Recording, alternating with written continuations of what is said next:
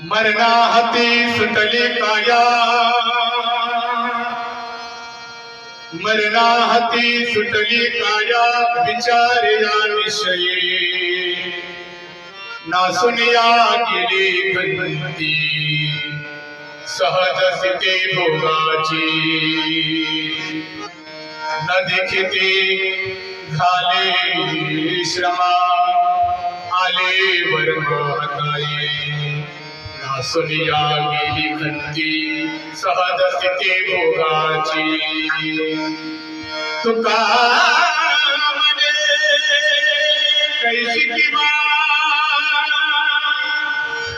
कोठे जीवा निराळा, ना सुनिया गेली कंते, सहज स्थिती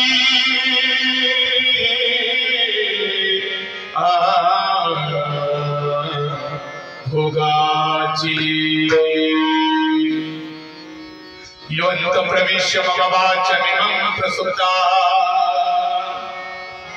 संजीवयति किल शक्तिधर स्वधामना, अन्यौषहस्रचरणश्रवणत्वगादीन् प्राणान् नमो भगवते पुरुषाय तुभ्यम्। ॐ शिवशङ्करानवनीरदाभा पीताम्बराधरणबिम्बफलाधरोष्णता, पूर्णेन्द्र सुंदर मुखादर बिंदनेत्रा, कृष्णात् परं किमपि तत्त्वमहं न जाने, समचरण सरोजं सान्द्रनिलाकुदगं, जगन्नीतपाणिं मण्डनं मण्डनानां, करुणतुलसी मालाकन्धरं कञ्जनेत्रं, सदय धवलहासं विठ्ठलं चिन्तयामि। हरि पाण्डुरङ्गा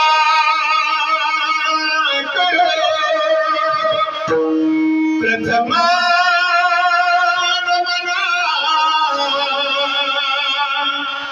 पांडुरंगा करो प्रथम नमना, पांडुरंगा करो प्रथम नमना, पांडुरंगा करो प्रथम नमना।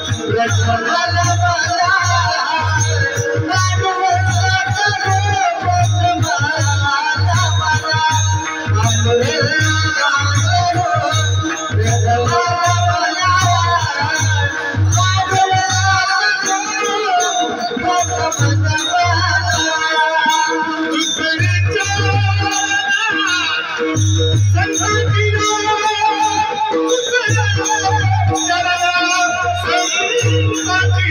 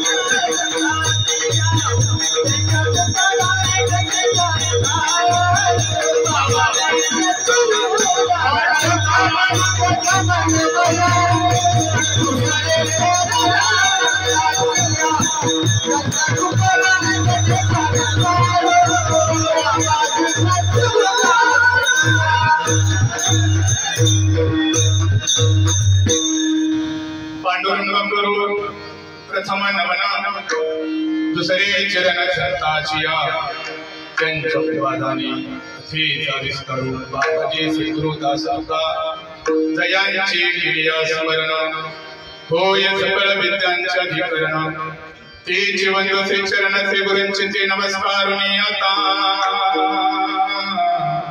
ओम नमो ज्ञानेश्वर करुणा करा दयाळा तुमचा अनुग्रह दरो पावन चराचरी मस्तक हे पायावरी आभार करी संताच्या सेवेला सेवकता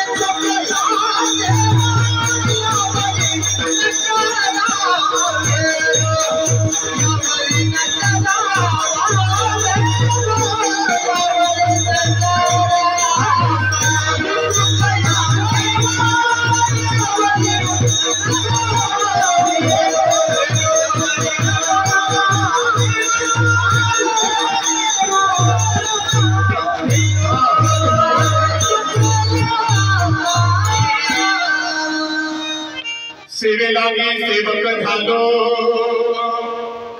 तुमच्या लागलो निज चरण अहो स्वामी तुमया देवा यावरी न करावा अभेरो मरणाहती सकली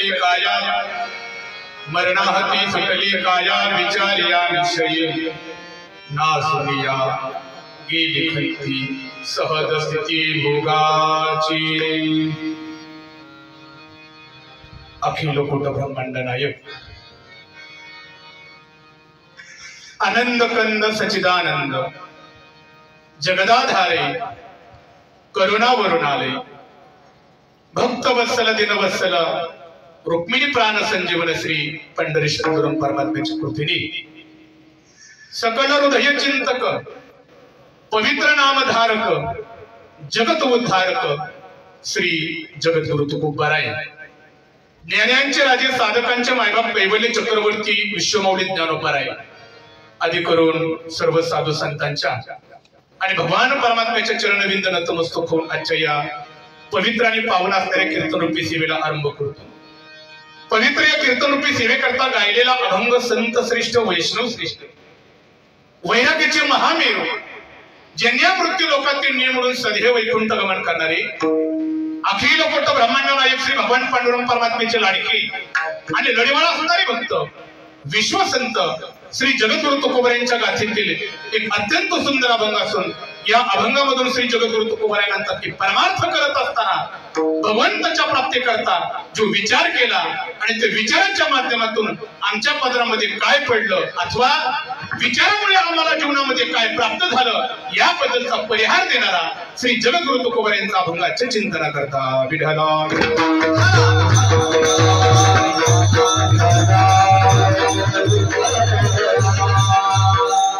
पवित्र या कीर्तनरूपी सेवेकरता जगद्गुरु तुकोबारायांचा अत्यंत गोड अशा प्रकारचा अभंग तुम्हा सर्वांच्या समोर गायलेला आहे।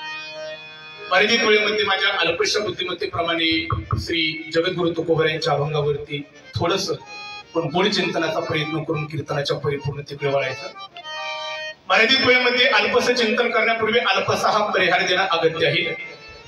एक दिवसाच्या अत्यंत सुंदर आणि भव्य दिव्य स्वरूपाच्या कीर्तन महोत्सवाचं नियोजन कशानिमित्त जमलेल्या सर्व श्रोते वर्गांना सुरतच आहे। संपूर्ण या ठिकाणी शोकाकुल असणारा जो शेगडी परिवार आहे या परिवाराच्या वतीने ही कीर्तनरूपी सेवा माझ्याकडे देण्यात आलेली ज्यांचं या ठिकाणी प्रथम वर्ष श्राद्धाचा औचित्य साधून ही कीर्तनरूपी सेवा माझ्याकडे देण्यात आलेली ते वैकुंठवासी आदरणीय भाऊसाहेब श्रीपती शेगडे अत्यंत सुंदर त्यांचा पाठीमाग परिवार आहे। एक मुलगा आहे आणि दोन मुले आहेत।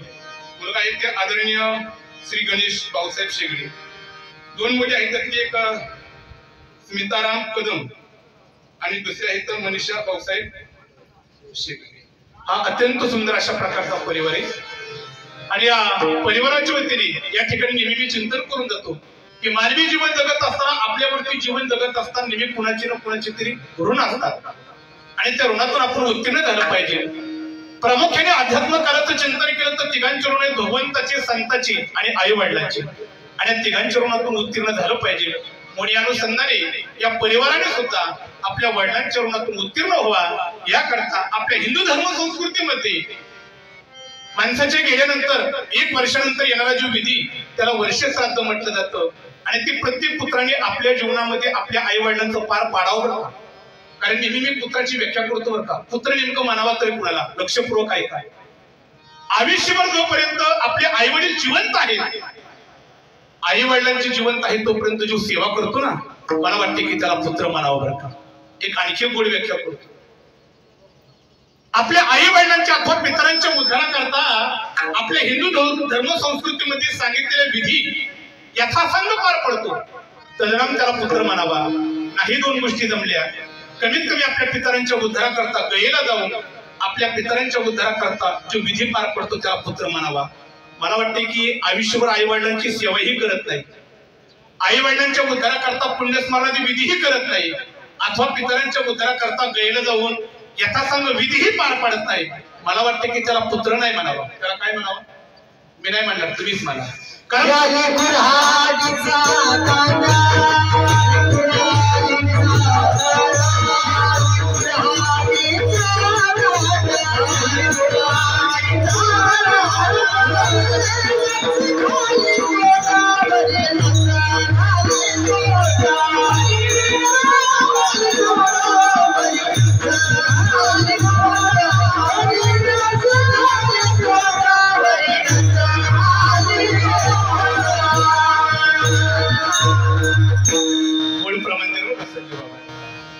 पुत्र तोच आहे की सेवेमध्ये जो तत्पर असतो त्याला काय म्हणावा पुत्र म्हणावा। पण या अनुषंगाने मला वाटते की इथे सुद्धा आपल्या वडिलांच्या ऋणातून उत्तीर्ण होण्याकरता आदरणीय ठिकाणी गणेश भाऊंनी अत्यंत सुंदर अशा प्रकारे या पुण्यस्मरणात या ठिकाणी विधी आणि त्याच्यामध्ये हरिकीर्तनाचं नियोजन गोड अशा प्रकारचं केलेलं आहे। आणि कीर्तनरूपी सेवा त्यांच्या वतीने या ठिकाणी माझ्याकडे आलेली वेळेचं बंधन पाळायचं बरं आपल्याला. सेवा जरी उशिरा सुरुवात झाली असली तरी कीर्तन आपल्याला बरोबर 1 सोडायचं. आपण कीर्तन बरोबर 12-12:15 आसपास पडण्याचा या ठिकाणी प्रयत्न करू. गाड्याकडनं जर टाकले तर मला वाटते आता बरोबर 11:15 वाजल्या याचीही मला जाणीव होईल. अभंग सेवेकरता घेतल्या तर अभंगामध्ये 4 चरण आहेत याचीही मला जाणीव होईल. आणि कीर्तन जरा 12:15 जरा कमीच बोललो काय मी शब्दाच्या ओघामध्ये, पण तरी 12:15-12:30 वाजेपर्यंत आपण सोडण्याचा प्रयत्न करू. आज ते सेवेकरता चिंतन करावा याकरता जगद्गुरु तुकोबारायांचा फार गोड अशा प्रकारचा अभंग आहे. एक वारकरी संप्रदायाचा पाईक या नात्याने अभंगाच्या अल्पशा प्रस्तावनेचा विचार करणार आणि अभंगाचं थोडंसं चिंतन करणार, थोडंसं लक्षपूर्वक ऐका. मानवी जीवन जगत असताना मनुष्याने जर काही मृत्यू लोकांमध्ये चिंतन केलं तर 84 लक्ष योनी पाहायला मिळतात. पण या 84 लक्ष योनीचा विचार करत असताना एक अध्यात्मकाराने गोड विचार मांडला. प्रामुख्याने 3 प्रकारचे तत्व पाहायला मिळतात बरं का. पहिल्या तत्वाचा गोड विचार करून जाईल की त्याला ईश्वर तत्व म्हणावा, दुसऱ्या तत्वाचं चिंतन करून जाईल की त्याला जड तत्व म्हणावा, आणि शेवटचं तत्व आहे की त्याला जीवनाम तत्व म्हणावा.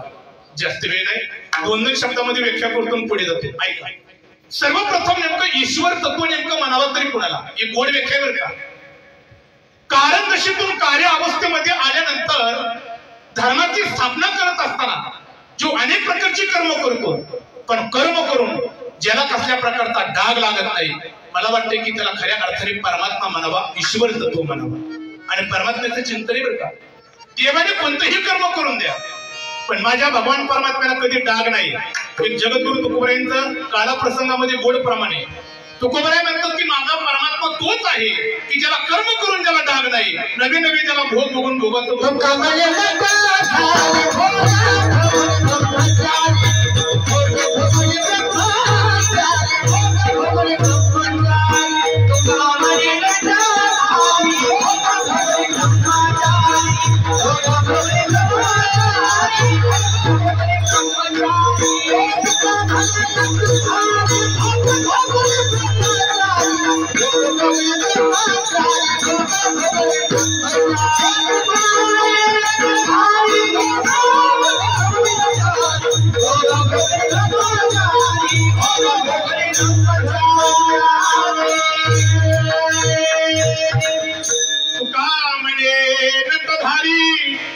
भोग भोगनी ब्रह्मचारी. काय जगद्गुरु तुकोबारायांची गोड भाषा आहे. महाराज म्हणतात की ईश्वर तत्व तदनाम त्याला म्हणावा की माझ्या परमात्म्याने भोग भोगली, भोगाचं भोगतो लागत नाही आणि देवाने कर्म करून त्याला डाग लागत नाही बरं का. पण देव त्यालाच म्हणावं बरं का. कधी कधी आपण कोणाचे पाठीमागे पळतो, पण मला वाटते की एखाद्याला डाग असेल ना तर मला वाटते की त्याच्या पाठीमागे पळूच नका, त्याला देव नाही म्हणावा, त्याला जीव म्हणावं बरं का. आणि नेहमी बोलतो जीवाला डाग लागल्याशिवाय राहत नाही. आपण आपल्या जीवनामध्ये डागापासून दूर राहण्याचा किती प्रयत्न केला, डाग लागल्याशिवाय राहत. कुणाला कोणता डाग लागेल ते कधी कधी सांगता येत नाही बरं का. 1.5 वर्षापासून ते भयंकर डाग आलाय बरं का. एखाद्या रस्त्याने जर का माणूस कोण आहे ते, ते भाऊसाहेब माहित नाही का, अहो कोण आहे, गेल्याच महिन्यात पॉझिटिव्ह नाही का आली, पॉझिटिव्ह नावाचा डाग लागला की माणसं मात्र दूर पाळण्याचा काय करतात प्रयत्न करतात. काय कुणाला कसा डाग लागेल बरं का. संजीवनी मी उदाहरण देतो. हे आमच्या शिरापूरमध्ये बरं का. वेगळा डाग लागला, अख्खा गाव त्याला मूर्ख म्हणायचं. बाया म्हणायला लागले, बारकरी पोरं म्हणायला लागले, वैद्य गेलं म्हणला काय म्हणल्या गावात किंमतच नाही, मला मूर्ख नावाचा डाग लागला. विचार केला डाग जर का दोन काढायचा असेल अशा गावात जाऊन राहायचं जिथे मला मूर्ख नावाने कुणी ओळखणार नाही. नंतर शिरापूर सोडलं आणि राशीनला राहण्याकरता निघाला. नाना मला राशीन देण्याचं ठरवलं त्यांनी. पण उन्हाळ्याचे दिवस होतं, पाणी प्यायला होतं, गाव सोडलं, बारडगावच्या जवळ आला. असं ऊन नाही नाही म्हणजे तिथं पाय पडत होतं, तहान लागली होती, पाणी पिवा, पाणी शोध होता, पण त्याला पाणी सापडा कुठतरी. आणि मला वाटतं की बारडगावच्या पुढे गेलं तरी सुंदर पाण्याचा दहा दिसला. पाण्यात हात घातला, गार पाणी लागलं, येथेच तर पिलं आणि पाय पडलं होतं. पाय गार करण्याकरता त्या डबक्यात सोडलं पाय आणि बसलं पाय हलवे. आता जिथं 2 किलोमीटर लोकांना पाणी प्यायला होतं, राशीनकडच्या काही बाया हांडवून पाणी आणण्याकरता आले त्या झऱ्यापाशी नेमक्या. आणि बायाने लांबूनच पाहिलं. पंचकृषीमध्ये 5 किलोमीटर मध्ये कुठं पाणी नाही, पाणी प्यायला सुद्धा नाही, पाण्याचा झरा नाही, एकमेव झरा आहे. आणि झऱ्यामध्ये हे पाय हलवीत बसलेले. बायाने बांगड्या मागं सारल्या आणि बाया लांबूनच तिकडून बांधले. त्याला म्हणतात तू तुम्ही कसं काय ओळखलं? आला काय सांगावं लागतं. काय माणसाला लागलेला डाग, माणसाने किती दुनियेचा प्रयत्न केला, डाग धुतला जात, पण माझ्या परमात्म्याचा विचार केला, माझ्या देवाला कसल्या प्रकारचा डाग नाही, म्हणून त्याला ईश्वर म्हणावा. एक गोड व्याख्या करतो ज्ञानोबा यांच्या भाषेतून. ज्ञानोबा म्हणतात की ईश्वर कुणाला म्हणावा? माऊली म्हणतात की जो मद होय अनन्य शरणा त्याचे निवारी जन्म मरणा या लागी शरणा शरण्य मी तरी तू. ज्ञानोबा म्हणतात की ईश्वर त्याला म्हणावा जो भगवान परमात्म्याला शरण देतो आणि शरण जाणाऱ्याचा भगवान परमात्मा जन्म मृत्यू रूपी सागरातून उद्धार करतो, त्याला ईश्वर म्हणावा. नवे नवे या मृत्यू लोकांमध्ये शरण येण्याजोगे जो आहे खरंच त्याला खऱ्या अर्थाने ज्ञानोबा म्हणतात की ईश्वर म्हणावा. विठला विठला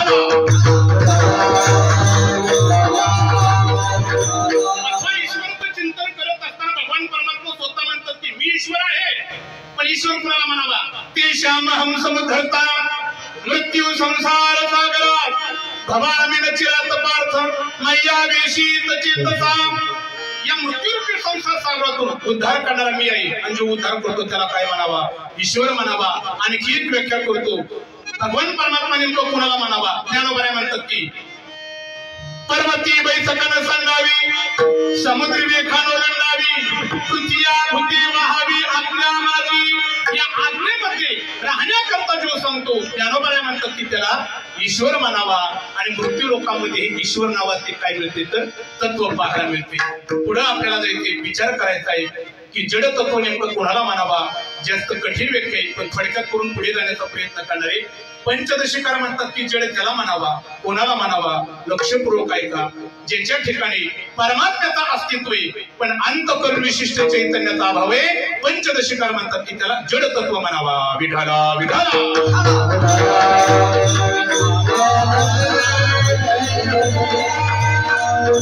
आणि शेवटच्या तत्वाचा विचार करायचा आहे की त्याला जीव म्हणावा.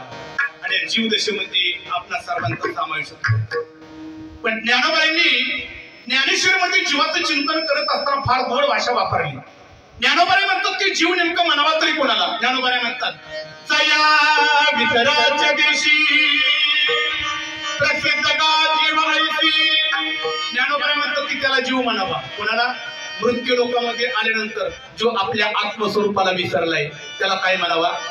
खरं बोलू, मृत्यू लोकांमध्ये आल्यानंतर केवळ आपण आपल्या आत्मस्वरूपाला विसरलोय म्हणून आपल्याला जीव म्हणावा. याच्यामध्ये नवल नाही. काय या मृत्यू लोकांमध्ये आल्यानंतर काय लोक काय विसरतात ते सांगतात बरं का. एक नेहमी गुढ उदाहरण देतो बरं का महाराज. काय काय माणसं काय विसरतात ते सांगतात बरं का. हे गेल्या 2 वर्षापूर्वी का एवढ्यात काय कोरोनाच्या काळामध्ये जास्त कीर्तनाचा नियोग आला बरं का. नगरच्या जवळ मी कीर्तन आलो आणि एक जण कीर्तन ऐकलं, ते त्याला फारच जरा बाहेर जरा म्हणलं महाराज एवढं सुंदर कीर्तन झाले, काय नाही म्हणलं चला जाण्याकरता तुम्हाला उशीर होणार आहे, दूध घ्यायला घरी चला. मी म्हणलं पाया पडतो, म्हणलं उशीर झालाय. आता नाही नाही म्हणलं महाराज दूध घेतल्याशिवाय पाकिट देणारच नाही. म्हणलं आता तर घ्यावाच लागेल. म्हणलं आता दूध घेण्याकरता गेलो, उशीर झालं होतं. आता 11:30 पावणे 12 होऊन गेले होते. गेल्यानंतर ते गेल्यानंतर त्याच्या घरी जाऊन त्यांनी दरवाजा वाजवला. जसा त्याने दरवाजा वाजवला का नाही तसं त्याच्या बायकोने दार उघडलो. रात्रीची झोपेतून उठलेली की असं ती सोडलेली होतो.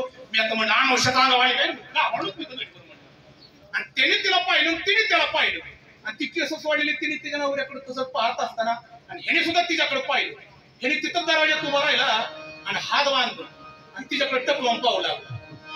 तिला म्हणलं अगं तुला मी कुठं तरी बाई नेवणी झाली बाबा तुझी बायको ना. मी आता म्हणलं ही दुसऱ्याच्या घरात बसलं, ही मार खाते मला मार खायला.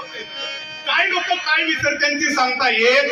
मला चिंतन करायचं जीव तोच आहे की जो आत्मस्वरूपाला विसरलाय, जीवनामध्ये आपल्या कर्तव्याला विसरलाय. आणि तो कोबराय म्हणतात की त्याचे परिणाम सुद्धा त्याला भयानक त्याला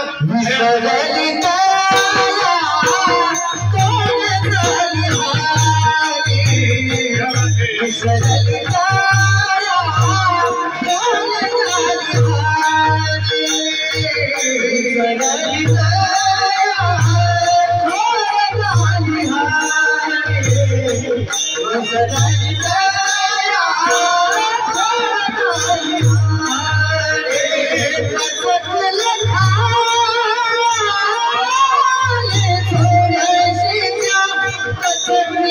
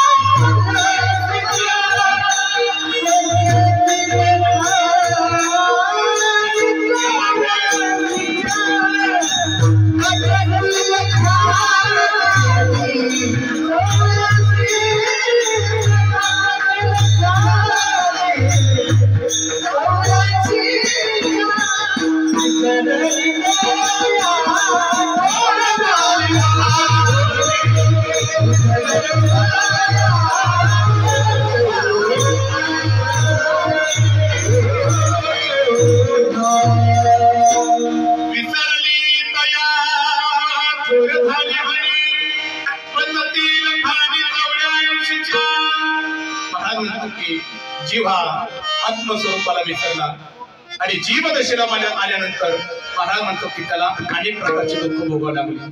ऐका बरं, जीवदशेला आल्यानंतर जीवाला अनेक प्रकारची दुःख भोगावे लागतात। त्याचं कारण आहे बरं का, कारण दुःख भोगत असताना जीवाचा हा जन्म आणि मृत्यू या दोन थडीमध्ये त्याचा अखंड प्रवास चालू आहे। एक सुंदर विचार पुढे येतोय बरं का, मृत्यू लोकांचा जन्म आणि मृत्यू या दोन थडीमध्ये अखंड प्रवास करणारा एक प्रवासी वर्ग आहे आणि एक आहे आत्मस्वरूपाच्या ठिकाणी अनुकूल अथवा प्रतिकूल गोष्टीच्या आघातामध्ये जो आत्मस्वरूपामधून कधी विचलित होत नाही, जो नेहमी स्थित असतो, जो आत्मस्वरूपाच्या ठिकाणी नेहमी निवास करतो, त्याला कोणता वर्ग म्हणावा?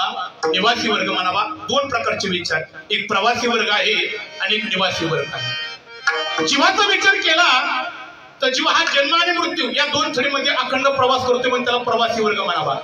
आणि संत जीवनाचा विचार केला तर संत आत्मस्वरूपाच्या ठिकाणी अखंड निवास करतात म्हणून संतांना निवासी वर्ग म्हणावा। आणि जोपर्यंत जीवाचा जन्म आणि मृत्यू या दोन गोष्टींमध्ये अखंड प्रवास चालू आहे त्याला दुःख भोगावं लागतं, पण संतांना मात्र दुःख नाही याचं कारण आहे संत आत्मस्वरूपाच्या ठिकाणी निवास करतात। किती संत आत्मस्वरूपाच्या ठिकाणी स्थित असतात, काही ज्ञानोबरांनी गोड दृष्टांत दिला। ज्ञानोबराय म्हणतात, मेरू पासून थोरे देह दुखाची न डोंगरे काठी जोबा परिभारे चित्त न जाते। ज्ञानोबराय म्हणतात की त्या संत महात्म्याच्या ठिकाणी मेरू पासून थोरे, मेरू पर्वतापेक्षाही मोठ्या दुःखाचे आघात जरी झाले तर त्या आघातामध्ये किंचितही ज्याचं चित्त विचलित होत नाही त्याला कोणता वर्ग म्हणावा? निवासी म्हणावा।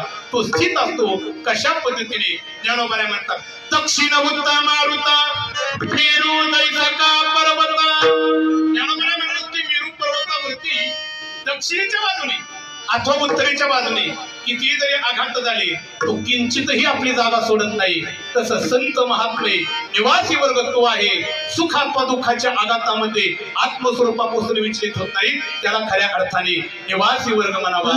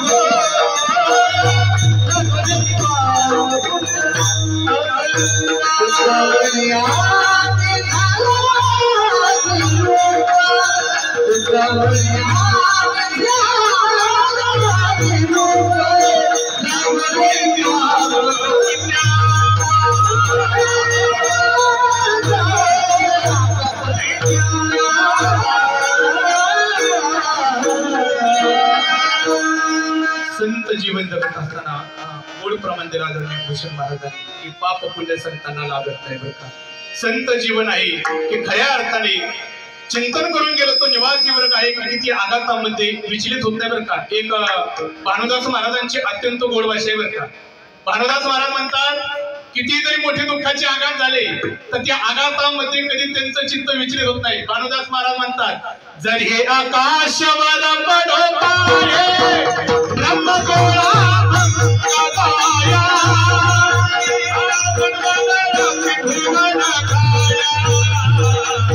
जरी तुझी जवान पाहे का भिगोळा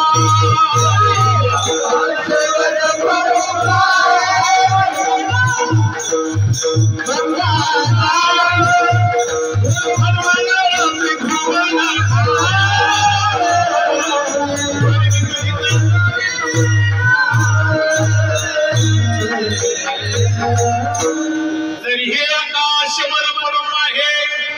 भानुदास महाराज म्हणतात की किती जरी दुःखाची आघात झाली आत्मस्वरूपापासून आम्ही विचलित होत नाही. आणि जे विचलित होत नाही त्याला निवासी वर्ग म्हणावा.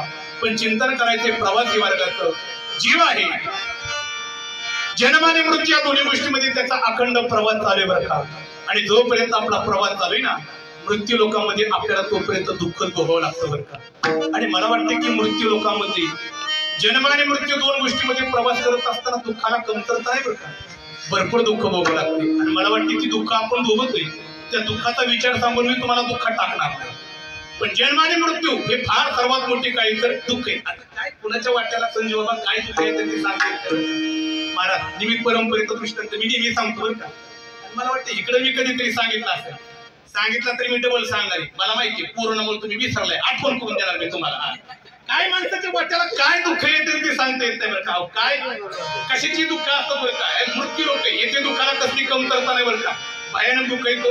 एकाच्या वाट्याला काय दुःख आलो, लग्न जमलं मुली पाण्या करता जायचं. एवढ्या मुली पाहून पाहून कंटाळ व्हायचा. पण कधी ह्याला पसंत पडत नव्हती, कधी त्यांना पसंत पडत नव्हतं. त्याला मुलगी पसंत पडाना कधी पुढल्याला. इतकी भयानक वेळ आले का त्याचं लग्न होतंय का नाही सुद्धा कळणार. एके ठिकाणी मुलगी पाण्या करता गेलं आणि काय त्याचा जो विरोधात असायचा. जमलं लग्न त्याचं जागे. लग्न जाग्यावरती जमल्यानंतर काय ह्याला आनंद झाला ना. एवढ्या मुली पाहिल्या, लग्न जमत नव्हतं, लग्न जमलं देणं घेणं सगळं झालं, छटामध्ये पार पडलं सगळं. पण ती मुलीची आई म्हणली देणं घेणं झाले, सगळ्यांनी मुलगा बघितलाय, सगळं झालंय, पण मी मुलाचा चेहरा पाहिल्याशिवाय लग्नाला होकार देत. बाकीची म्हणली तूच पायात राहिली, तू घे बघून काय बघा मुली मुलगा कुठे मला पायात आहे. आणि त्यावेळेस मुलीची आई मुलगा पाहण्या करता गेली आणि मुलगा खुर्ची बसलेला होता. लोक ती बाई म्हणली कुठे मुलगा. लोक म्हणली ती काय 2 नंबर खुर्ची बसलाय ना तो मुलगा आहे. आणि जसा तिने मुलगा पाहिला का नाही तिने तर कपाळ जोडून गेला सोडा. बाकीची म्हणली झालं काय, काय झालं म्हणजे हे कुटुंबावरती वाचतो काय. बाकीची म्हणले काय झालं, ती म्हणली पुरीला विहिरी टाकून देईल पण ह्याला देणार नाही. लोक म्हणले झालं काय, म्हणले हे कुटुंबावरती वाचतो का. लोक म्हणले झालं काय. अहो हे तर त्या काळात मला पण पाहायला आला होता माझ्या वाट्याला दुःख काय येते सांगता येत नाही बरं का. मला दुःखाचा विचार जास्त करायचा नाही. इथे मृत्यू लोक आहे, इथे प्रत्येकाच्या वाट्याला काय तर दुःख आहे. काय माझ्या जगद्गुरु तुकोबार यांची नाटाच्या अभंगामध्ये महाराज गोड प्रमाणे बरं का. या मृत्यू लोकांचं दुःख जीवाने जीवाला सांगितलं तर तुम्हा आम्हाला दुःख होईल याच्यात कबल नाही. पण आपल्या दुःखाच्या व्यथा जर का आपण दगडाला सांगितल्या तर त्याला पाजर फुटल्याशिवाय राहणार नाही. जगद्गुरु तुकोबार म्हणतात की आनिका दुःखे सांगू किती, आनिका दुःखे सांगू किती, आनिका दुःखे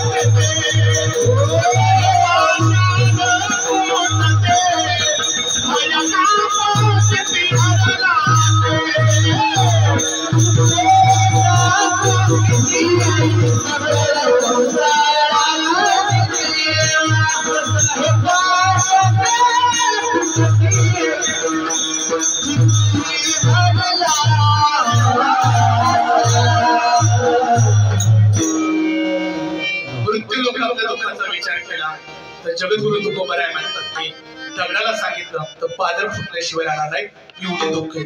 पण ज्ञानोबराय तर म्हणतात की केवळ दुःखच आहे. पण काही जीव म्हणतात की सुख नावाची वस्तू आम्हाला पाहायला मिळाली. काय ज्ञानोबरायांनी गोड भाषा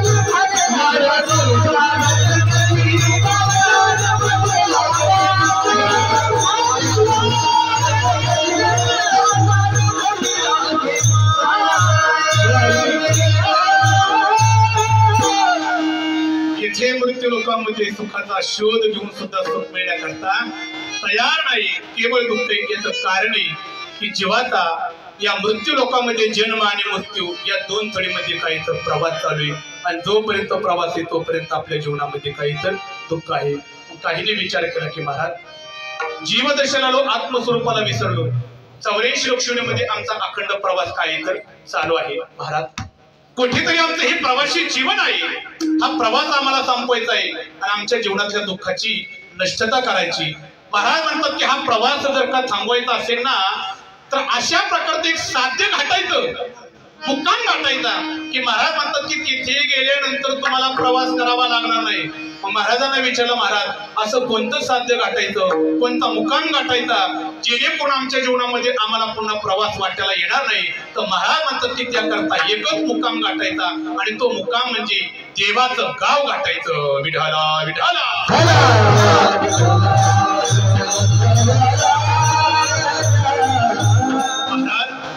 देव गाठायचा, देवाचं गाव गाठायचं म्हणजे देवाची प्राप्ती करून घ्यायची. महाराज सुख मिळेल. महाराज म्हणतात की खऱ्या अर्थाने ज्या प्रवासामध्ये तुम्ही दुःख भोगताय ना आणि तुम्हाला सुखाची प्राप्ती करून घ्यायची त्याकरता हाच मार्ग आहे, या सोडून दुसरा मार्ग नाही. काय तुकोबराय म्हणतात की आपला तो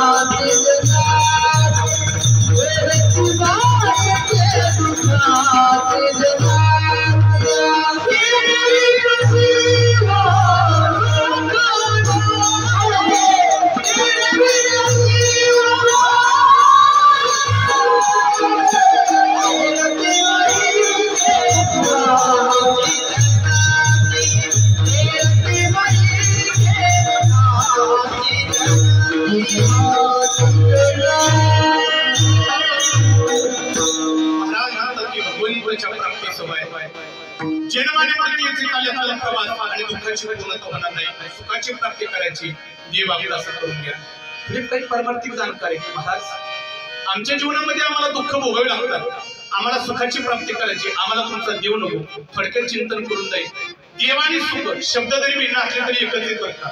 कारण भागवतामध्ये सनकादिकांनी नारदाला उपदेश करत असताना नारदाच्या चेहऱ्यावरती समाधान प्राप्त व्हावं याकरता अनेक प्रकारचं ज्ञान दिलं आणि शेवटी गोड चिंतन केलं. आनंदो ब्रह्म इति विजानतः. संकादिक नारदा सांगतात, दाभोदकर चिंतन करताना म्हणतात की नारदा, जे आनंदाच्या सुखामध्ये तू धावपळ करतोय आणि आम्ही ज्याला परमार्थामध्ये ब्रह्म म्हणतोय ते आनंद आणि ब्रह्म शब्द जरी वेगळे पण आनंद आणि ब्रह्म काहीतरी एकच आहे. आनंद म्हणजे ब्रह्म आणि ब्रह्म म्हणजे आनंद. तसं मृत्यू लोकांमध्ये जीवन जगत असताना सुखाची प्राप्ती करायची तर देव आणि सुख शब्द जरी भिन्ने पण देव म्हणजे सुख आणि देव म्हणजे काय तर सुख आहे. देवाची प्राप्ती करून घ्या, जीवनामध्ये दुसरं काही करण्याची गरज पडणार नाही. मग काहीने विचारलं, महाराज मानवी जीवन जगत असताना जीवनातला प्रवास थांबवायचा आहे आणि निवास आम्हाला प्राप्त करून घ्यायचा आहे. मग जीवनामध्ये आम्हाला भगवान परमात्म्याची काय करायची, प्राप्ती करून घ्यायची. देव आम्हाला प्राप्त करून घ्यायचा आहे पण देवाच्या प्राप्ती करता आम्हाला काय करावं लागेल. आता बारकाईने ऐका, भगवंताची प्राप्ती करून घेण्याकरता आणि आपल्या जीवनातला प्रवास थांबून निवास आपल्याला प्राप्त करायचा असेल तर महाराज म्हणतात की त्याकरता परमार्थामध्ये आपल्याला भगवंताच्या संबंधी विचार करावा लागेल. जगद्गुरु तुकोबारायने विचारून तुकोबाराय विचार करावा लागेल. पण नेमका कोणता विचार करावा लागेल. एक पंचदशीमध्ये विचार आहे की भगवंताची प्राप्ती करून घेण्याकरता आणि जीवन परिपूर्णते येण्याकरता आपल्या जीवनामध्ये विचार असावा.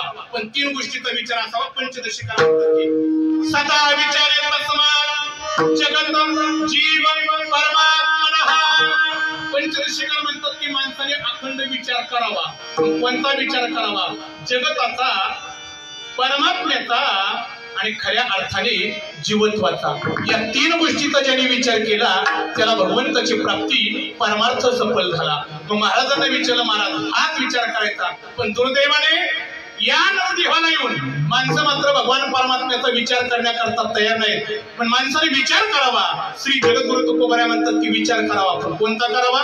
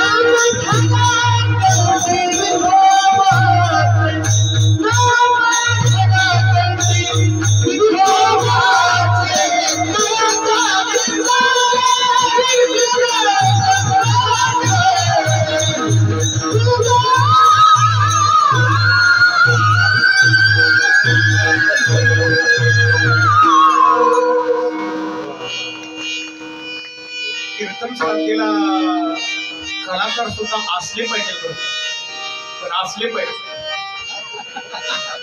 नाही तर नसलेली पाहिजे. आज योगच आहे बरं का. एक वाजले तर मला नाव ठेवू नका बरं का. काय एवढं सुंदर गाणं काय योग आहे बरं का. संजय बाबा भूषण महाराज काय इकडे आमचे विकास महाराज बरं का. आज काय नाही होऊन जाऊन द्या. 2 वाजले तरी काय मागं पुढं बघायचं नाही. हा एका एकाने जेवून येतं प्रीतो वरायचं प्रयत्न मागायचं. काय जगद्गुरु तुकोबाराय म्हणतात की माणसाने विचार करावा, भगवंताची प्राप्ती करायची ना, मानवी जीवनाचा प्रवास थांबायचा आहे ना, आपलं साध्य गाठता येतं ना, देवाचं गाव गाठता येते, मग विचार करावा. पंचदशी करा म्हणतात की जगत जीव परमात्मा हा. संजय बाबांनी गोड प्रमाण दिलं. माणसाने विचार करावा आणि भगवंताचं नाम मुखाने घ्यावा, हा माणसाने विचार करावा. पण दुर्दैवाची गोष्ट की माणसं उद्धारा करता भगवान परमात्म्याचा विचार करण्याकरता तयार नाही. काही काही लोक विचार करतात संसाराचा, आणि माझ्या तुकोबाराने थोडीशी कठोर भाषा वापरली. भगवान परमात्म्याचा किंवा देवाच्या नामाचा विचार न करता, देवाच्या प्राप्तीचा विचार न करता इतर गोष्टीचा विचार करणारी लोक कशी तुकोबाराय म्हणतात की संसार करतात ते दिवाना झाल्यात बरं का. एक हिंदी मधून माझ्या तुकोबारायांचं प्रमाण आहे. तुकोबाराय म्हणतात की लोक विचार न करणारी दिवाना झाल्यात. तुकोबाराय म्हणतात काय हे तुका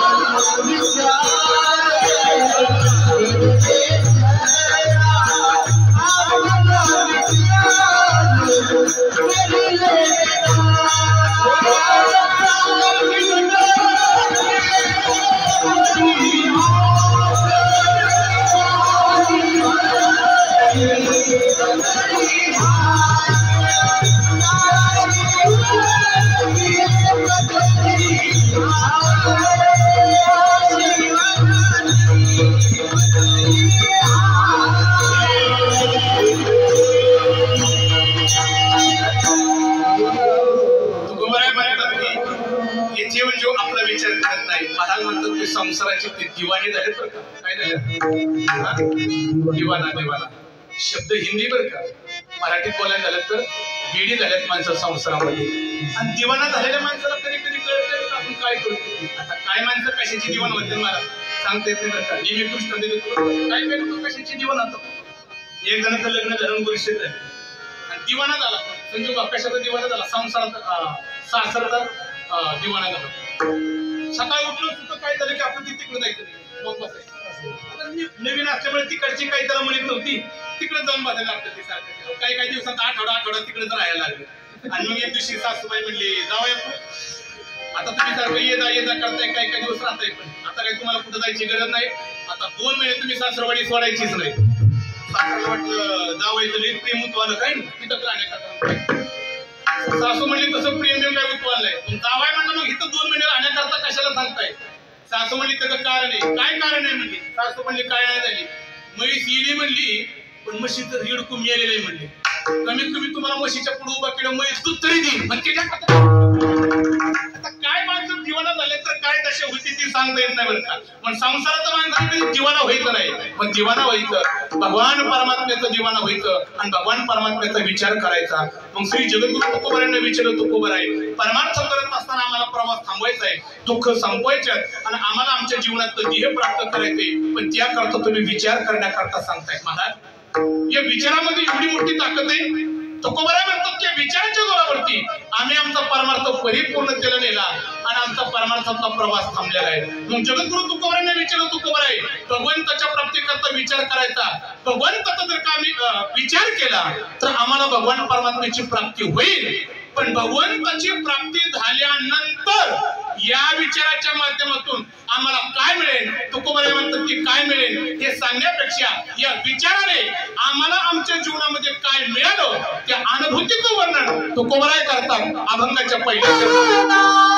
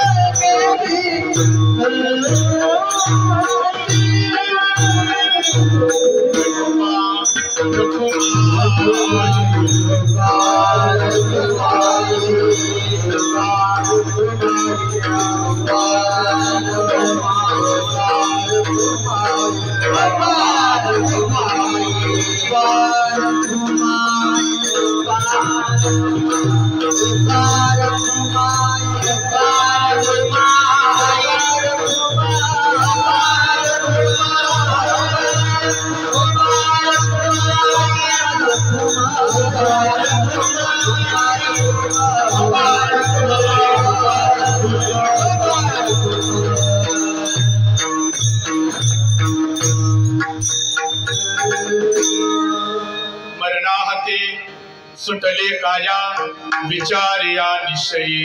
अभंगाच्या पहिल्या चरणामध्ये संत श्रेष्ठ श्री जगद्गुरु तुकोबराय म्हणतात की परमार्थ करत असताना जीवनातला प्रवास थांबवायचा आहे, भगवंताची प्राप्ती, आणि तो अखंड जर का विचार केला तर देवाची प्राप्ती होऊन काय जीवनामध्ये फळ प्राप्त होते. महाराज म्हणतात मरणाहती सुटली काया. पण अखंड जर का तो आपण परमार्थिक विचार केला तर आपली जी काया आहे त्या मरणाच्या तावडीतून सुटली बरं का. पण ऐका, खऱ्या अर्थाने मानवी जीवन जगत असताना माणसाच्या जीवनामध्ये सर्वात मोठं भय आणि दुःख ते म्हणजे कशात येतं, मरणाचे बरं का. आणि मरणाच्या तावडीतून जर का सुटायचं असेल तर तुकोबराय म्हणतात की काय करावं लागेल, या विचारे निश्चयी. या विचाराने खऱ्या अर्थाने आपण मरणाच्या तावडी सुटतो. महाराज, आमचा हा खऱ्या अर्थाने ध्येय आहे तो मरणाच्या हातून सुटणार. कशा प्रकारे सुटणार, मला वेळेचं बंधन पाळायचे म्हणजे एकच प्रक्रिया ठेवणार आणि चरणांचा या ठिकाणी धावता शब्दार्थ ठेवून आपल्याला कीर्तनाच्या परिपूर्णतेकडे वळायचे. या मरणाच्या हातातून आपलं शरीर, आपली काया कशा प्रकारची सुटती बरं का, परमार्थ विचार केल्यानंतर. महाराज म्हणतात खऱ्या अर्थाने मानवी जीवन जगत असताना आपण जर का परमार्थाचा आणि भगवान परमात्म्याचा जर का विचार केला तर विचार केल्यानंतर खऱ्या अर्थाने या देहात वर्म कळतं. की काय वर्म कळतं, की आपण जे कर्म करत आहेत हा सर्व कर्म कसे आहेत तर नाशिवंत आहेत. आणि कर्म हे नाशिवंत आहेत हे कळाल्यानंतर महाराज म्हणतात की कर्माच्या बद्दल आसक्ती राहत आहे. आणि कर्माबद्दल अंतःकरणामध्ये आसक्ती न राहिल्यामुळे यदा कदाचित जरी आपल्या हातातून जरी कर्म केलं तर ते कर्म आपण ब्रह्मा